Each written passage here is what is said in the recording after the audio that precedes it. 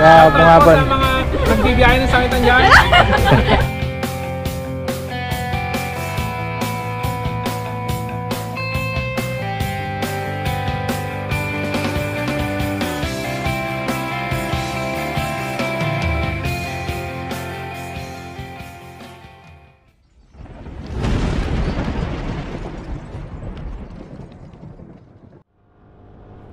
Magandang araw po sa inyo mga guys. Bago ko po simulan ang ating vlog, nais ko pong magpasalamat sa mga nanood at sumuporta sa previous vlog natin.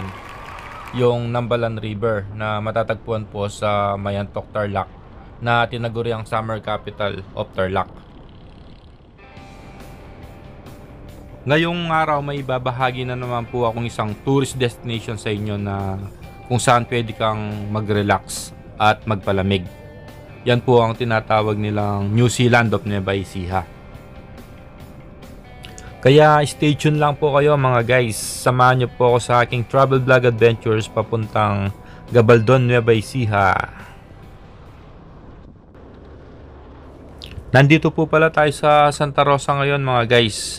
Dadaan po tayo ng Port Magsaysay papuntang Laur, Nueva Ecija, papuntang Gabaldon. Kung manggagaling ka po sa Santa Rosa, pwede ka rin dumaan sa Cabanatuan City to Palayan City papuntang Laur, Nueva Ecija. Pero dito po tayo dadaan sa Port Magsaysay mga guys dahil gusto ko pong ipakita sa inyo ang mga bulubundukin dito sa dadaanan natin. You are now entering Port Magsaysay Military Reservation.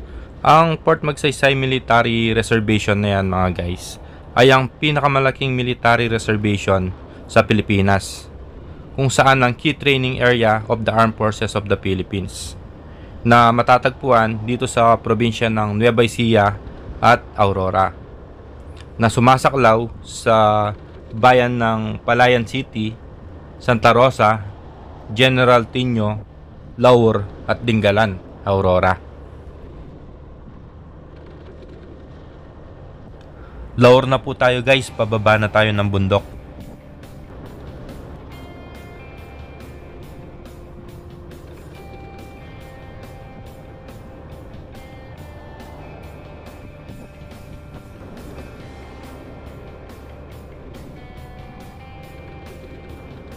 Mag-exit na po tayo dito sa kanan papuntang Gabaldon. Itong kanto po sa kaliwa papunta ng Palayan City. Dito po tayo dadaan sa kanan. Nandito na po tayo sa Bato Ferry.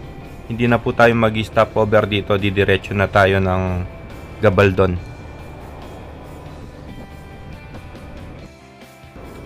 Maligayang pagdating, bayan ng Gabaldon. Noong 19th century mga guys, ang Gabaldon ay isang parte lamang ng Sabani Estate na tinaguriang the largest hacienda in Nueva Ecija, na naging sakahan ng maraming cattle or baka, na nasasakupan ng humigit kumulang na 6,000 hektaryang lupain. Noon, ang pangalan ng Gabaldon mga guys ay Bitulok, na maliit na baryo lamang na nasasakupan ng Laur. At noong 1950, naging munisipalidad ang Bitulok. At noong 1953, napalitan ng pangalang Bitulok to Sabani. At noong 1955, napalitan ng pangalang Sabani to Gabaldon para i-honor ang former provincial governor na si Isauro Gabaldon. Ito na yung kalabasa. Pero doon po tayo sa bagong bukas na gate 4 pupunta mga guys, papuntang Calabasa River.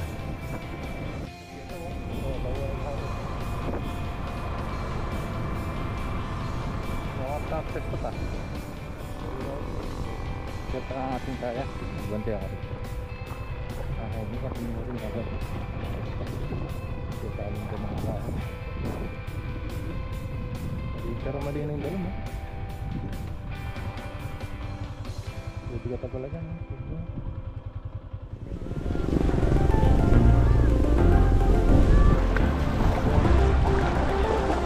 Meron ka lang pa naman ito?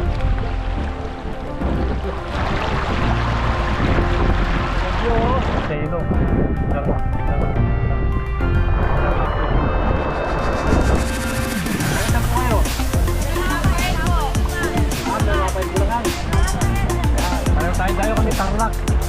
Oh, shoutout San Rafael, Bulacan. Happy birthday, Charmaine! Teka, saan kayo, sir? Na, abong-abong lang. Sige. Oh, shoutout po sa taga-abong-abong.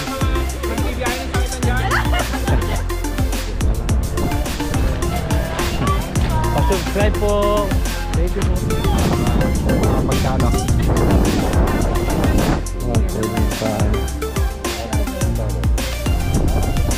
Teka, saan kayo, sir? Vlogger pala sila. Malapit lang, no? Shoutout po. Taga saan po kayo? Dapat pagkain niya naman. Mga travel vlog, sir.